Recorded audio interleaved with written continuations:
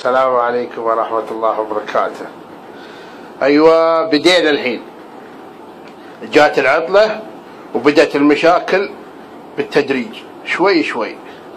أول مطعم متضربين، وأمس إخواني اليمنيين مع جيزاني.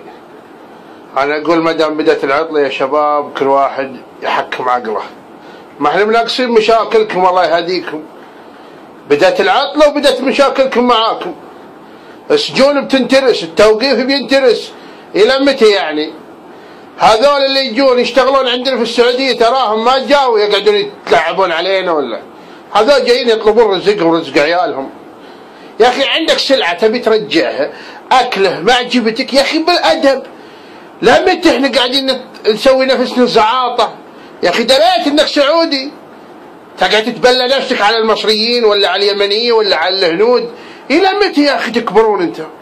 يا أخي عيب والله، احترموا والله يا أخي، خل عندكم احترام. كم سنة تدرسون في المدارس وفي الأخير يطلع لي يسوي فيهم عنتر؟ لا يا حبيبي والله إني انقهرت من سبة اللي صار حق اليمنيين. تدعسون خويهم وعنكم قوية علشان بس ترجع لهم سلعة وتكف كف. ليه الطقة كف؟ تعال باحترام يا حبيبي، ما عجبتني السلعة هاك الله يستر عليك، بس رجع لي وعطني فلوسي. بيقول لك ابشر من عين هذا العين هذا. صار شيء ولا شيء يا اخي، عندك وزارة التجارة بترجعه فوق حبة خشم. ليه تروح تطق وتدوس وتسوي؟ دري انك بطل والله. انه يا بكره يجتمعون عليك مثل ما اجتمع على هذا ينتفونك تنتف، وتجيني في الاخير هذا سوى وهذا اللي تركه. يا اخي عيب والله، والله عيب. الى متى؟